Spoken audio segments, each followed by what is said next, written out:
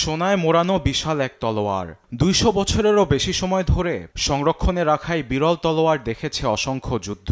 প্রাণঘাতী অস্ত্র নিয়ে ১৭০০ থেকে ১৮০০ সালের দিকে নেপোলিয়ন বোনাপার্ট ফরাসি বিপ্লবের সময় অর্জন করেছে অতুলনীয় ফলাফল, যার জন্য এক একটি কারুকার্যে খোদাই করা তলোয়ারের দাম প্যারিসের নিলামে ধরা হচ্ছে কমপক্ষে ১ মিলিয়ন ইউরো, যা বাংলাদেশি মূল্যে প্রায় ১৫ কোটি টাকা। এমনটি বলছেন নিলামের আয়োজক Alexandre গিকোয়েলো। The saber is very important in the history of Napoleon. Napoleon প্রতীকের ওপর বিশেষ গুরুত্ব দিতেন, কারণ সেটি আদর্শের প্রতীকের পাশাপাশি শত্রুদের মনে ভয়ভীতি তৈরিতে সক্ষম ছিল। সময়ের তুলনায় আধুনিকতার ও কারুকার্যের ছোঁয়া দিয়ে এই সুন্দর তরবারি বানানো হয়েছিল।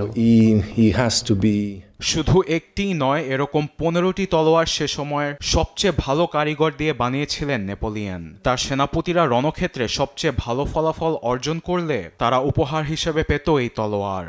Donc on va utiliser à l'époque tout le répertoire. জীবন বাঁচানোর জন্য রুশ জেনারেলকে তলোয়ার পুরস্কৃত করেছিল নেপোলিয়ন। আবার ডিউক অব অ্যাঙ্গুলেমে দখল নেওয়ায় তিনি মার্শাল গ্রাউচিকে তলোয়ার দিয়েছিলেন। Vous avez tout le répertoire antique classique. নেপোলিয়নের এই তলোয়ার মনে করিয়ে দেয় তার বিচক্ষণ বুদ্ধিমত্তা ও রণক্ষেত্রের কৌশলগত পারদর্শিতা।